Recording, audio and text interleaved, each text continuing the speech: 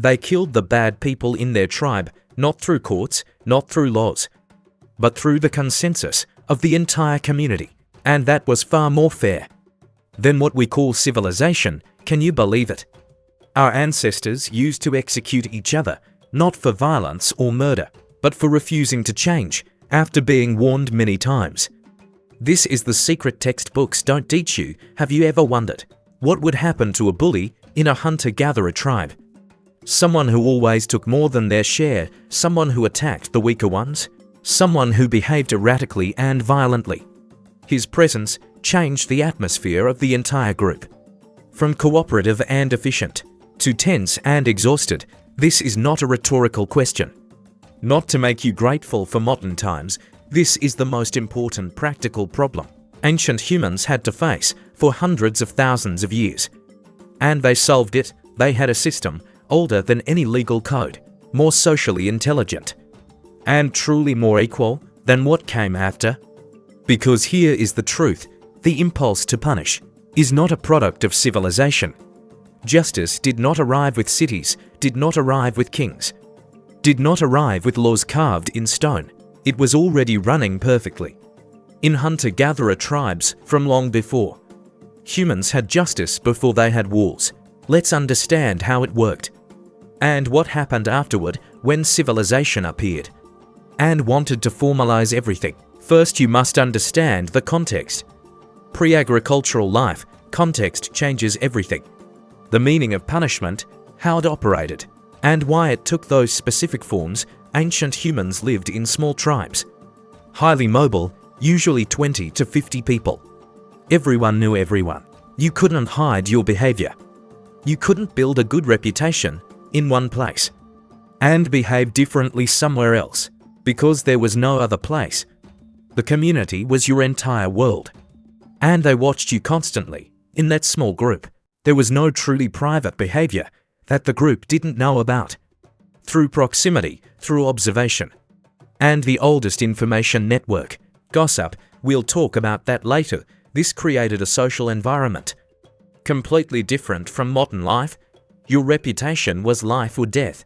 Literally, your survival, access to resources, ability to form alliances when sick or injured, reproductive prospects, ability to receive help, all came from your standing in the group. Destroy your reputation, you lost everything. Everything the group provided. In the Stone Age, that was everything, separating you from solitary existence. Extremely difficult. Among predators, unpredictable food, and no safety net. The foundation was interdependence, and awareness of it, and shared understanding. Never needed to be written down that your membership in this group was your most important asset. Anthropologist Christopher Boehm spent decades researching hunter-gatherer societies across every inhabited continent, documented their control mechanisms. In his landmark work, Hierarchy in the Forest, Harvard University Press, his conclusion was elegant and genuinely counterintuitive to modern assumptions. Hunter-gatherer societies were not anarchic. They did not follow pure individual instinct. They were not without social regulation. They were intensely egalitarian, deliberately and collectively, and they maintained that equality through a sophisticated enforcement system. Multiple stages, no formal institutions needed, no designated authority needed, no written laws needed. Boehm called it the reverse dominance hierarchy. The name captures something important. In most primate societies, chimpanzees, gorillas, baboons, the powerful dominate the weak, alphas take the best portions. Food, mates, resting spots, rank is established through strength, maintained through intimidation. The bottom submits because the top can hurt them. Power flows downward. Hunter-gatherers reversed this in band societies. The collective dominated the individual. If someone accumulated more than their share, too much status, too much influence, the group would push back against them, not through formal process, but through social pressure, starting gently and becoming progressively harsher. Until the problem was resolved or removed, the system had stages. Clear and consistent, fully documented, appearing similarly across cultures with no contact. The first stage was gossip. Don't dismiss it as trivial. Gossip was doing serious work in the hunter-gatherer environment. Gossip was not entertainment. It was a powerful tool for collective moral enforcement. When someone began behaving unacceptably, hoarding food, bullying the weaker, cheating at sharing, free-riding on others, the community started talking about it. Not in front of that person, but among themselves. Building shared understanding that this behavior was a problem. Developing consensus, coordinating interpretation.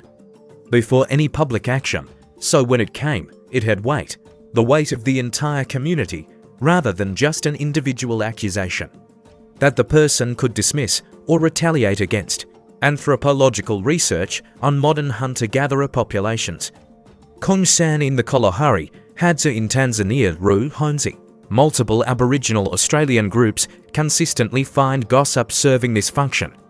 An early warning system, community newsletter, consensus-building mechanism, and social verdict delivery, all in ordinary conversation.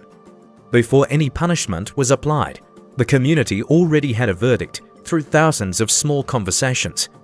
A collective social trial, no venue, judge, or procedure. The offender usually knew about the gossip. In a group of 30 living closely together, you could feel the shift. Conversations stop when you approach, sharing becomes less smooth. Eye contact changes, and often at this stage. Before anything formal happened, the offender changed their behavior. They understood, without anyone spelling it out, what the next stages looked like and the end point. If they didn't correct course, this was deterrence without a legal code.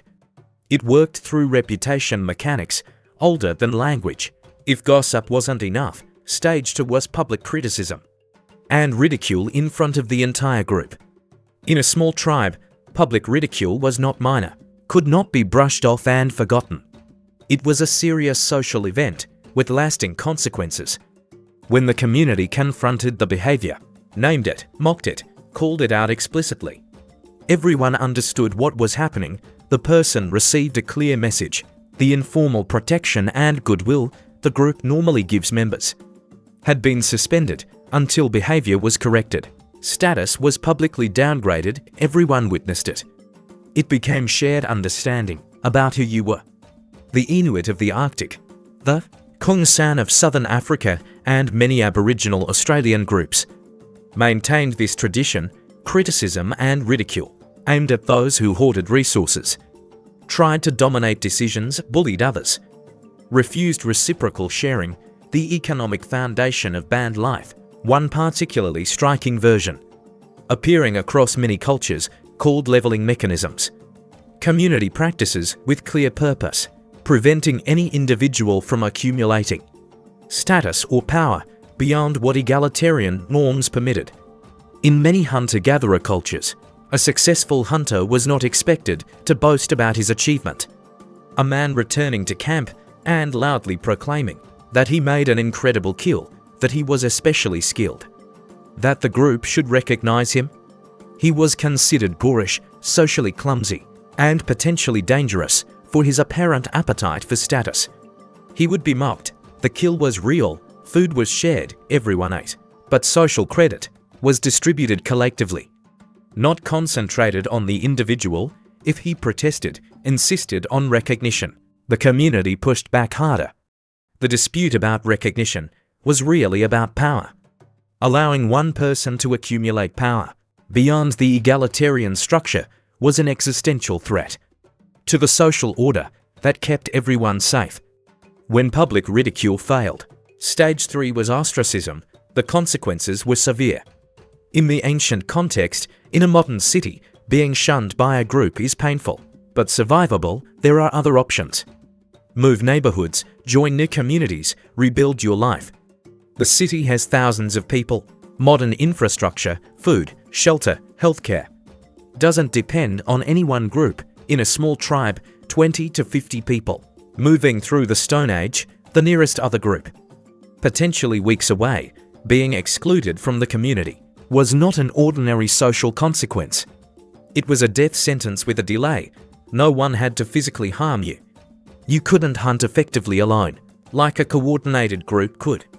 couldn't defend yourself while sleeping without lookouts, couldn't process large game, treat injuries, survive serious illness, carry infants, or maintain cooperative tasks group life made manageable. Solitude made nearly impossible. Expulsion from the band removed the cooperative foundation. That made individual survival possible in harsh environments. It exposed every vulnerability. That group membership had shielded, ostracism had degrees. Matching the escalating structure, initially a subtle reduction in sharing, the offender still technically included. But food came less smoothly, allies were less available. The social warmth before had been dialed down, in ways real but deniable, if behavior continued. Ostracism became formal in highly mobile groups. They could simply move camp, without the offender, a unique cruelty. Only available to those who move regularly and fully control. Whether anyone knows where they went, documented cases from many sources. Involved persistent bullies, chronic resource thieves, and those who violated sexual boundaries repeatedly within the group. For these people, when ostracism was fully applied, results were typically one of two. Behavioral correction, the person genuinely changed, was cautiously reintegrated, watched closely afterward, or death from the vulnerabilities of isolation, or escalation to stage 4. Stage 4 was execution. Hunter-gatherer execution is one of the most consistent findings, and most surprising, in the ethnographic literature. Boehm compiled many cases from dozens of hunter-gatherer cultures across multiple continents, found the practice not only widespread but structurally consistent, revealing a coherent logic, not random violence. When a member had committed serious offenses and critically failed every lesser intervention, through multiple rounds of pressure, the community reached consensus. To kill them, not by designated authority, not by a chief alone, the entire adult community reached consensus. Through distributed deliberation, characteristic of every stage. Then a few individuals, usually men, carried out the act on behalf of everyone. The deliberate collective structure was not incidental, that was the whole point. An individual who killed another member was a murderer, would be treated as such, potentially subject to the same process they had just witnessed. A community reaching consensus, a member was a threat to everyone. Deciding to remove them was doing something different. From individual violence, the communal nature of the act removed it from personal grievance, placed it in the domain of social necessity, responsibility distributed broadly. No one bore the entire burden, the offences drawing this response. Remarkably consistent, unprovoked serious violence against group members, serial killing, predatory sexual behaviour, through many lesser interventions, would not stop. The threshold was not a single act. In the heat of anger, the pattern before execution was documented escalation. A person warned, ridiculed, partially excluded, fully excluded, responding to each stage by continuing or escalating the dangerous behavior.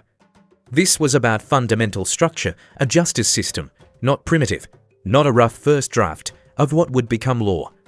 A genuine justice system. It had proportionality.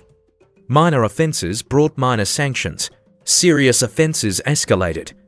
Progressively harsher responses. It had process. Didn't jump from first offence to execution, worked methodically. Room for correction at each level, it had consensus. No one decided alone, it had purpose. Not personal revenge, but restoration and maintenance of a safe cooperative social environment. For everyone, now fast forward thousands of years. The story takes a turn, complicating the narrative of progress. When humans settled into agriculture, built cities and states, the justice system didn't immediately improve. It got more elaborate, it was written down, it became scalable in ways bands couldn't be. And it introduced something that hunter-gatherers, with all their limitations and brutality, had been designed to prevent. The oldest physical law code, Ur-Nammu, ancient Sumer, Mesopotamia, 2100 to 2050 BCE, more than 4,000 years ago. Inscribed on clay tablets, cuneiform script, if-then structure. Any modern lawmaker would recognize. If a person commits offense, X legal consequence is Y, clear, consistent. Applied to everyone rather than differently for each case. By whoever held power, what's remarkable about Ur-Nammu? Its approach to bodily harm between ordinary people. Knocked out eye, broken bone, knocked out tooth. Specified monetary fines rather than physical retaliation. A knocked out eye cost half a mine of silver. A knocked out tooth cost 2 shekels of silver. Oriented toward financial compensation for the victim rather than physical punishment. For the offender, restore economic balance. Make the harmed party whole as much as money could. Murder, robbery, adultery, rape. Still capital offences, but the treatment of bodily harm between common people, by historical standards, surprisingly measured, around 1750 BCE. Babylonian king Hammurabi commissioned the most famous law code, 282 laws on a black diorite pillar, over 7 feet tall, discovered in 1901 in Iran. Now in the Louvre, Paris, one of the most visited artifacts, Hammurabi shifted direction, decisively and deliberately, away from compensation, toward lex talionis. The law of retaliation, Hammurabi didn't invent it, but elevated it to prominence never before achieved. If a builder's house collapsed, killing the owner's son, the builder's son was executed. Not the builder, but his son. Collective family accountability for individual crimes created striking provisions. Controversial to modern eyes, but the element that most distinguishes it from everything before, including hunter-gatherers, was the explicit class stratification of punishment. If a free man knocked out a free man's eye, the free man lost his eye. If the same free man knocked out a slave's eye, he paid a fine. Physical injury identical, victim's status determined the response. Harm to the victim was the same, law treated it as categorically different, depending on who the victim was. This was genuinely new, settled hierarchical society. Added to the justice equation, formal, written, consistent rules, a real advance over arbitrary individual decisions, but combined with codified inequality into the structure of punishment. The hunter-gatherer band, with its leveling mechanisms, reverse dominance hierarchy, suspicion of accumulated power, would recognize immediately this was exactly what they had worked to prevent, then documented. How hunter-gatherer communities actively resisted claims to special treatment. Claims that harm to an important person deserved a harsher response than harm to a less important one. The reverse dominance hierarchy existed to prevent that logic. Civilization wrote that logic into law and called it justice. This is what it all means, worth reflecting on. The hunter-gatherer justice system: gossip, ridicule, ostracism, community execution, collective consensus. No designated authority, social responsibility, no officials. Not a crude prototype of what came later. In many respects, it was more sophisticated than the early civilized codes, multi-stage process. Room for correction, distributional ethics, encoded in design, being stronger or better at hunting, or more charismatic, gave you no protection from communal enforcement. If anything, accumulating advantages made the community watch you more carefully. Not less, predictability across larger populations, protection from arbitrary individual decisions of whoever held power, but it also formalized social inequality into the structure of justice, in a way hunter-gatherers had actively fought against for most of human history. Ancient humans stood in collective judgment against the chronic bully who refused every intervention. No courtroom, no gavel, no legal code, no professional vocabulary for what they were doing, but they had something that every court since has tried to replicate. With varying degrees of success, the genuine consensus of a community that collectively cared about the outcome. Everything else, codes, courts, stone pillars, lawyers, that was infrastructure. The instinct it was built around was already fully formed before any of it existed. Subscribe to the 5-Minute Mentor to discover more lessons from the past and fresh perspectives every day.